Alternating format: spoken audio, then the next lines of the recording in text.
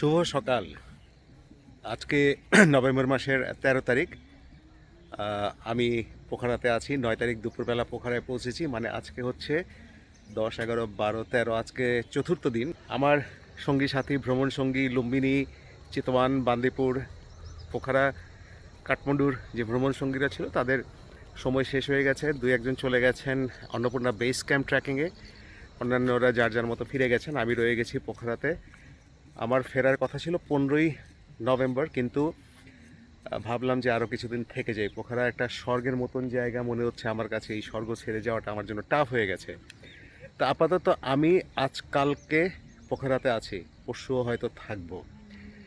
আর যা করার আমি একা একাই করব, সেগুলো নিয়ে আমি আসব। আজকে সকালে পার্কের দৃশ্য আপনারা দেখলেন। আমি এই পার্কটাতে মর্নিং ওয়াক করতে এসেছিলাম একটু। এখন সকাল 7:30 বাজে প্রায়। আমার অনেক খিদে লেগেছে। আমি এখান থেকে সরাসরি চলে যাব ব্রেকফাস্ট করতে হোয়াইট র্যাবিট নামে একটা রেস্টুরেন্টে। আমার খুব কাছের প্রিয় একজন বন্ধু এটা রেকমেন্ড করেছে, এবং রেকমেন্ড করেনি, শুধু রিকোয়েস্ট করেছে যে ওখানে যে অবশ্যই আমাকে ব্রেকফাস্ট করতে হবে। তা আমি আপাতত ওখানেই চলছি। ভালো থাকবেন সবাই।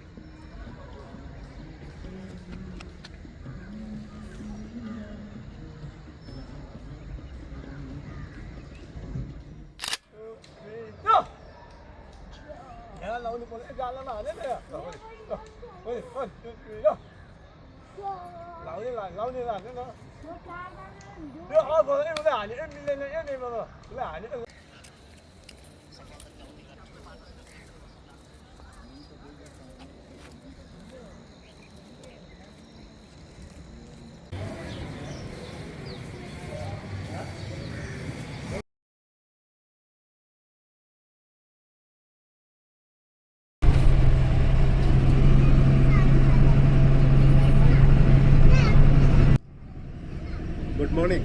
আজকে নভেম্বর মাসের 14 তারিখ। এখন 9:45 বাজে, 10:15 বাজে সকাল।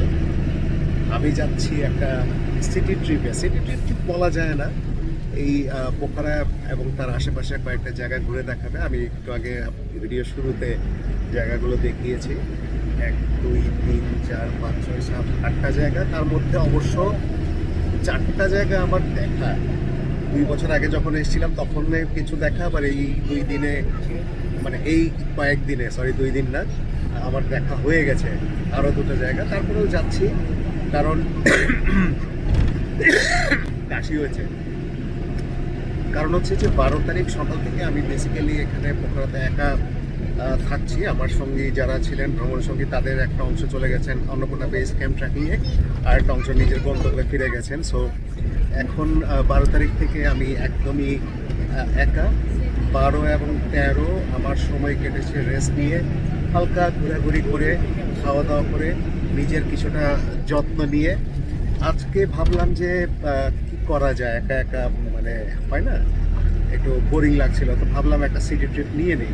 সিটি ট্রিপটা এই ডে ট্রিপটা নিয়ে নেই, সারাদিনের বাসে করে আমাদের দেখাবে, ঘোরাবে, গাইড আছে। তো এই হচ্ছে ব্যাপার। আর পোখারার সৌন্দর্য আপনারা অনেকেই জানেন, কিন্তু এই সময়ে, এই নভেম্বর মাসের মাঝামাঝি সময়ে পোখারা দুর্দান্ত। একটু বেরোলেই, ঘর থেকে বেরোলেই স্নো ক্যাপ মাউন্টেন্স দেখা যায়। আর আমি যেখানে থাকি সেখান থেকে 1 মিনিটের হাঁটার দূরত্বে ফেওয়া লেক। সো সব মিলিয়ে একটা স্বর্গীয় অনুভূতির মধ্যে আমি কাটাচ্ছি।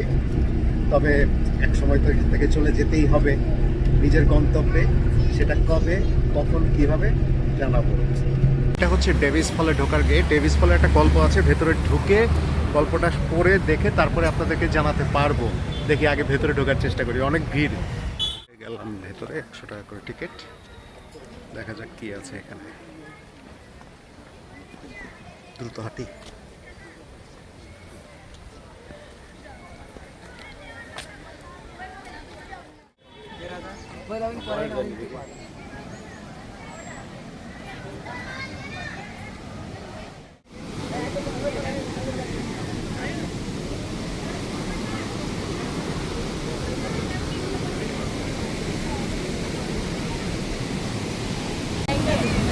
ওয়াটারফলটা অনেক গভীরে, এখান থেকে দেখা যায় না,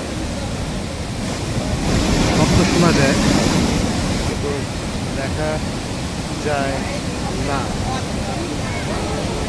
এই জায়গাটা পুরো ঘিরে দেওয়া, ওয়েল প্রোটেক্টেড। প্রচুর দর্শনার্থী এসছেন আজকে ডেভিস ফল দেখতে। কিন্তু এখানে আসলে দেখার তেমন কিছুই নাই, শব্দ শোনার আছে। ডেভিস ফল পরিদর্শন শেষ হলো। এখন এই জায়গায় একটা গুপ্তেশ্বর মহাদেব কেভ আছে, দেখি ব্যাপারটা কি। খুব একটা ইন্টারেস্টিং হবে বলে মনে হচ্ছে না, তারপরেও দেখি যদি কিছু পাওয়া যায় ইন্টারেস্টিং। ওরে বাবা, ঢোকার মুখে রীতিমতো মার্কেট। এই আমি এগিয়ে যাচ্ছি কেভের দিকে, শ্রী গুপ্তেশ্বর মহাদেব কেভ। কেভ যদি খুব দুর্গম হয় আমি ভিতরে ঢুকবো না।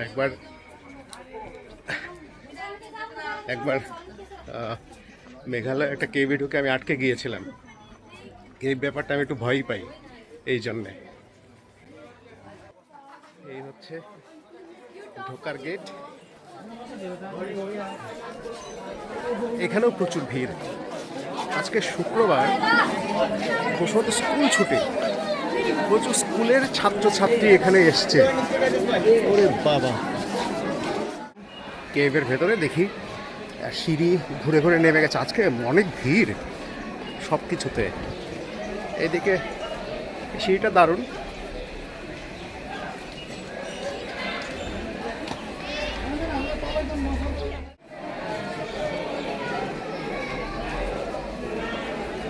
সুন্দর কারুকাজ করা।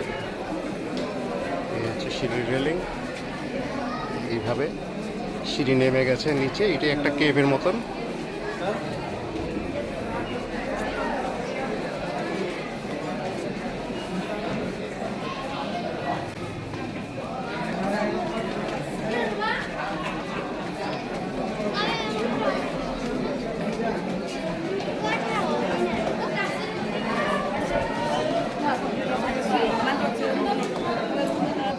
যথারীতি অন্ধকার, I am not going inside. এই জায়গার থেকে আমি ফিরে যাব। ভেতরে আসলে অন্ধকার ছাড়া তেমন কিছুই থাকে না, আমার কেভ এক্সপিরিয়েন্স।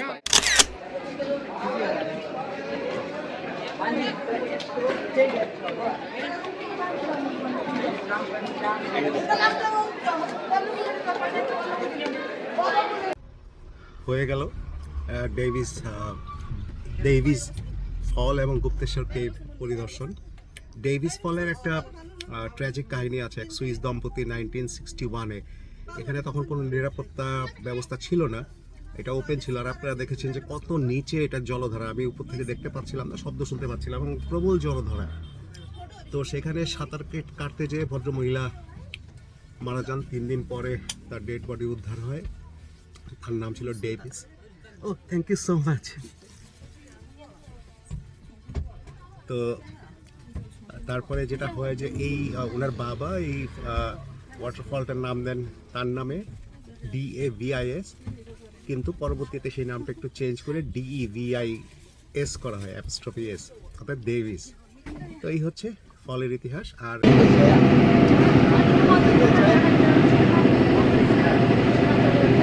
এখন আমাদের গন্তব্য হচ্ছে পামটিকোট আর কুমটিকোট শিবা স্ট্যাচু।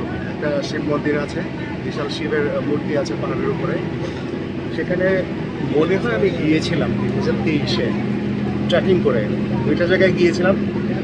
স্তূপা বা শান্তি স্তূপা বলে একটা জায়গা আছে, বুদ্ধদের মন্দির, প্যাগোডা, বিশাল প্যাগোডা সাদা, আর ওই শিব মন্দিরে। তো প্যাগোডায় আমরা আজকেও যাব। 2 বছর আগে আমি যেখানে গিয়েছিলাম। আর এই শিব মন্দিরে গেলে আমি বুঝতে পারবো যে এখানেই আমি এসেছিলাম কিনা, নাকি অন্য কোনো শিব মন্দিরে এসেছিলাম সেটা।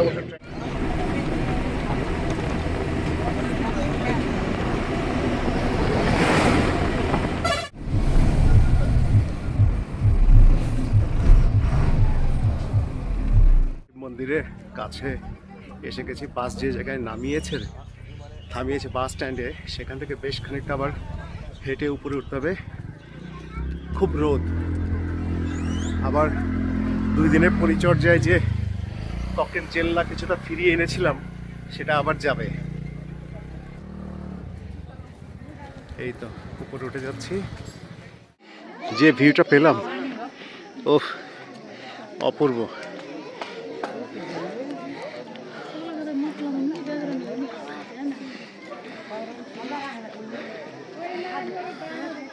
দেখুন অন্নপূর্ণা রেঞ্জ, একটা বড় অংশ। দারুণ ওয়েদার আজকে, একদম খটখটে নীল আকাশ, প্রচুর আলো, রোদ। আর এই হচ্ছে সেই শিবের স্ট্যাচু, প্রবেশদ্বার। ওই শিব মহাদেব অধিষ্ঠিত আছেন, আর তার আশেপাশে ওনারা রয়েছেন।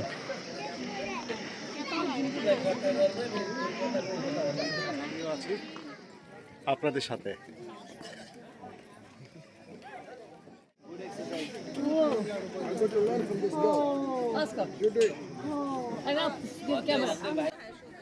কি দারুণ, অবিশ্বাস্য।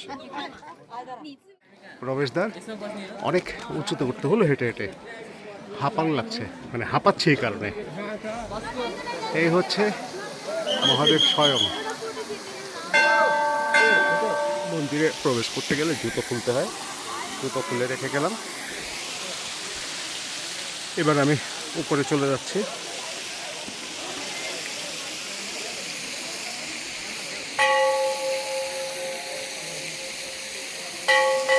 বিশাল একটা স্ট্যাচু মহাদেবের, চারদিকটা একটু ঘুরে দেখবো।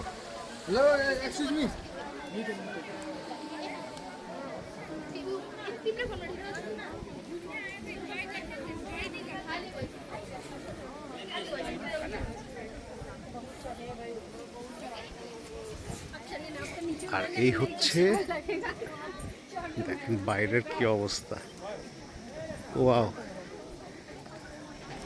পোখরা শহরটা দেখা যাচ্ছে নিচে।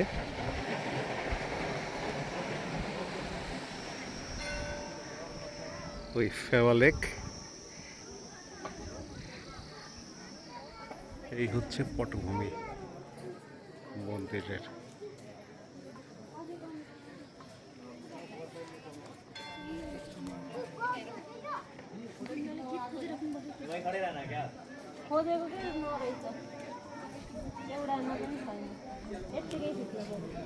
সো এই যে বিশাল শিব মূর্তি এবং তার পটভূমিতে এই যে পাহাড়, ফেওয়া লেক এবং পোখরা শহর, পাহাড়ের নিচে দারুণ একটা পরিবেশ, মানে খুবই খুবই সুন্দর একটা পরিবেশ। দারুণ সময় কাটলো। 2 বছর আগে যখন আমি এসেছিলাম তখন এই পাহাড় আমি দেখতে পাইনি, কারণ তখন প্রায় বিকেল হয়ে গেছিলো। আবার 3টা সাড়ে 3টা বেজেছিল পৌঁছাতে। ট্রেকিং করে আমি প্রথমে বুদ্ধাস্তূপা, তারপরে এখানে এসেছি। তো তখন পাহাড় আসলে মেঘে ঢাকা ছিল, আমার ধারণা ছিল না যে এখান থেকে পাহাড়, অন্নপূর্ণা রেঞ্জ এত সুন্দর দেখা যায়। আমি সত্যিই বিস্মিত, মানে দ্বিতীয়বার আসছি মনে হতে যে একটা কি বলে, একটা অনিচ্ছা, ক্লান্তি বা বিরক্তি ছিল, সেটা কিন্তু নেই। দারুণ হলো ব্যাপারটা, দারুণ। এই যে দেখেন পিছনে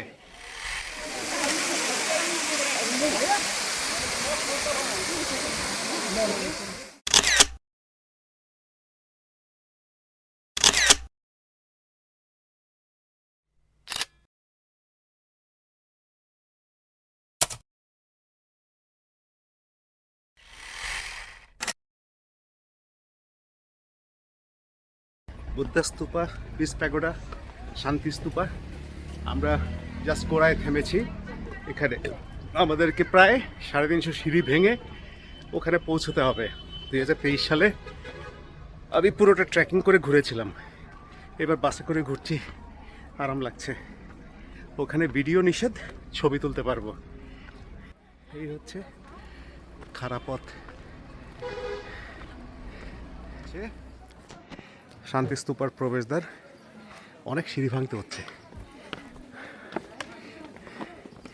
এখানে লেখা আছে ওয়ার্ল্ড পিস প্যাগোডা। এটা খুব সত্য জাপানিদের তৈরি করা। এরকম পিস প্যাগোডা আমরা লুম্বিনিতেও দেখেছি, সেম ডিজাইন। কাঠমান্ডুতে আছে সেম ডিজাইন, হোয়াইট।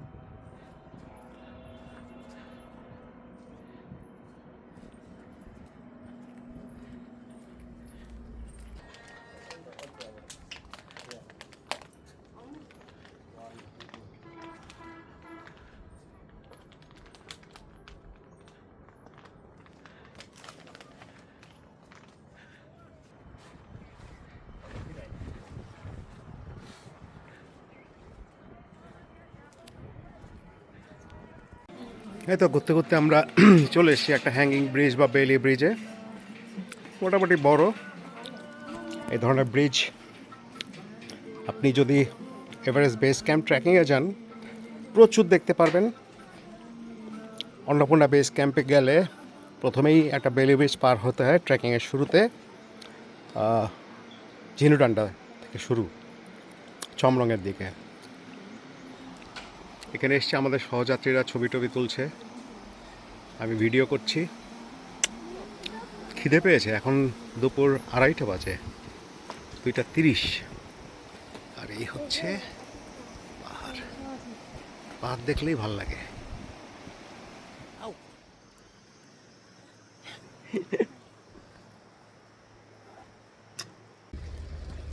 শুভ সকাল পোখরা ফেওয়া লেক থেকে। আজকে 15ই নভেম্বর, এখন সকাল 7টা বাজে। আমি এসছি আমাদের এই হোটেলের পাশে, ফেওয়া লেকের পাশে একটা পার্কের মতো আছে, সেইখানে মর্নিং ওয়াক করতে। ইনফ্যাক্ট আমি এখানে প্রতিদিনই এসছি, যে কয়দিন আমি পোখরাতে আছি প্রতিদিনই এসছি সকালে একটু মর্নিং ওয়াক, একটু এক্সারসাইজ, একটু জগিং করার জন্যে। পার্কটা ঠিক গোছানো নয়, তবে সুন্দর। এখানে অনেক মানুষ আসে ভোরবেলা। এখন আগেই বলেছি সকাল 7টা বাজে। এই যে লোকজন হাঁটছেন, জগিং করছেন, যোগা করেন, অনেকে অনেকে মেডিটেশনও করেন এখানে। আর এখান থেকে এই যে ফেওয়া লেক জাস্ট পাশেই। আর ওই যে সাদা চূড়াও দেখা যায়। তবে কিছু বিল্ডিং উঠে যাওয়ায়, উঁচু বিল্ডিং উঠে যাওয়ায় এখানে ভীষণ ব্লক হয়ে আছে, মানে দৃষ্টিসীমাকে একদম অবরুদ্ধ করে দিয়েছে। আমি দেখাবো সেটা। একজনে খেয়ে নেই, এটা ওগার প্রস্তুতি নিচ্ছেন। আর এই তার ছোট বাচ্চা।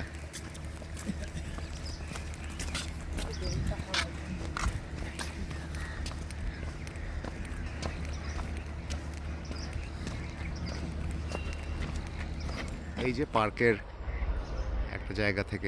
একটা জায়গা না, বেশিরভাগ জায়গা থেকে এই পাহাড়ের এই অংশ দেখা যাচ্ছে। কি দারুণ! কিন্তু ওই যে দেখেন উঁচু বিল্ডিং উঠে গেছে, খুব সুন্দর হোটেল হবে, দৃষ্টিসীমাকে আটকে দিচ্ছে। এই যে আরেকটা উঁচু বিল্ডিং দৃষ্টিসীমাকে আটকে দিয়েছে। এই যে পার্কের এই অংশ থেকে এই ভিউটা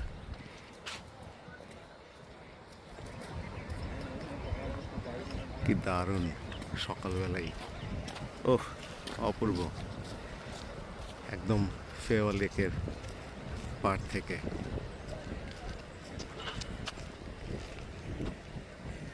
আর এই হচ্ছে আমি, মর্নিং ওয়াক চলছে। জগিং দৌড়াই না খুব একটা, কারণ আমার হাঁটুতে একটু সমস্যা হয়েছিল, বাট সেটা এখন অনেকটা ভালোর দিকে। সেরকম সমস্যার ওই অতটা জটিল নেই। হাঁটু এখন মোটামুটি ভাঁজ করতে পারি। তো আশা করি যে দেশে ফিরতে ফিরতে একদম ঠিক হয়ে যাবে, দেশে ফিরে শীতকাল পাবো এবং স্বাভাবিক কর্মকাণ্ড আবার শুরু করতে পারবো। এই হচ্ছে 360 ডিগ্রি পার্কটার। এই আমার পিছনে সেই পাহাড়, ওই বিল্ডিং আটকে দিচ্ছে পাহাড়ে। ইস, কি সুন্দর! ভদ্রলোক যোগা শুরু করেছেন, তার কন্যা কিছু একটা আঁকছে কাগজে।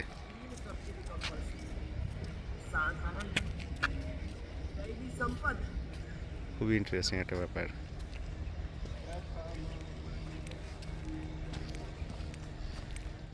রাস্তায় হাঁটতে হাঁটতে আরেকটা কি যেন একটা পেলাম ওই পার্কের একটু দূরে, এদিকটায় আসা হয়নি। এখানে নেপালি ভাষায় লেখা আছে, দেখা যাক ভেতরে ঢুকে। গেটটা আবার সুসজ্জিত খানিকটা, কি আছে এখানে।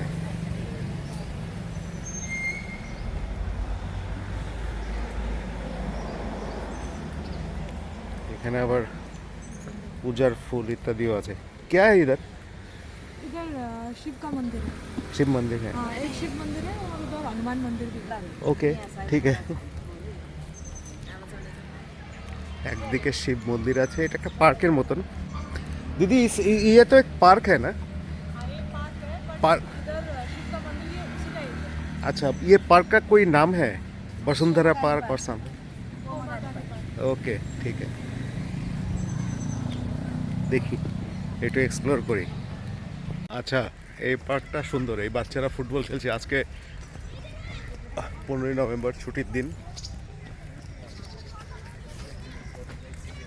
দারুণ, অনেক বড় তো এটা।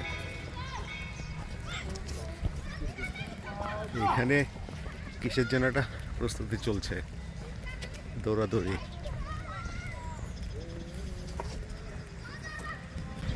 আর এই হচ্ছে আমি,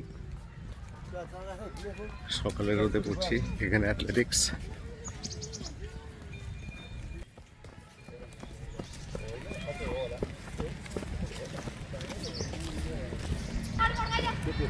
দৌড় চলছে আর পটভূমিতে সাদা পাহাড়।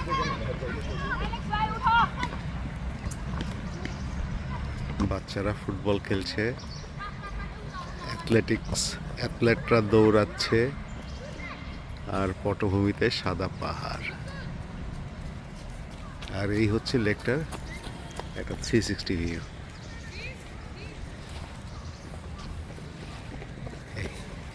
এক রাউন্ড হয়ে গেল।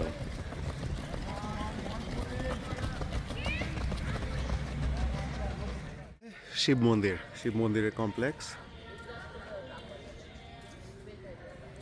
আমি অবশ্য ভেতরে যাব না, প্রচুর মন্দির পরিদর্শন হয়ে গেছে ইতোমধ্যেই।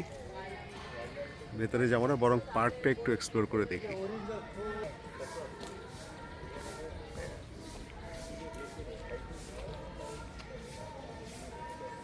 আমি ঘুরে এসে দেখি যে লাস্ট ল্যাপ চলছে এখানে। দেখি কে জিতে এই রেসে। যিনি একদম সামনে তিনি চলে এসছেন, জিতে গেছেন তিনি। ওরে বাপরে,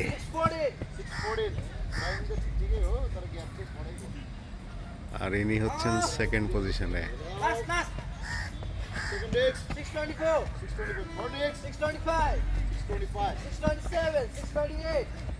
ব্যাস, টাইমিং হলো।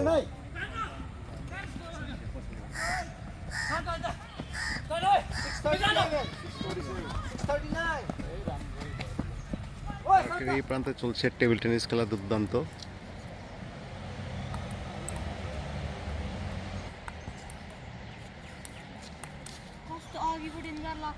দুইজন অপেক্ষা করছে, তারা খেলবে এরপরে।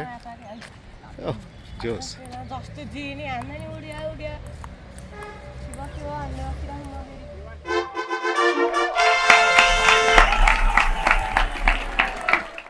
Please subscribe the channel and stay with us. Thanks for watching.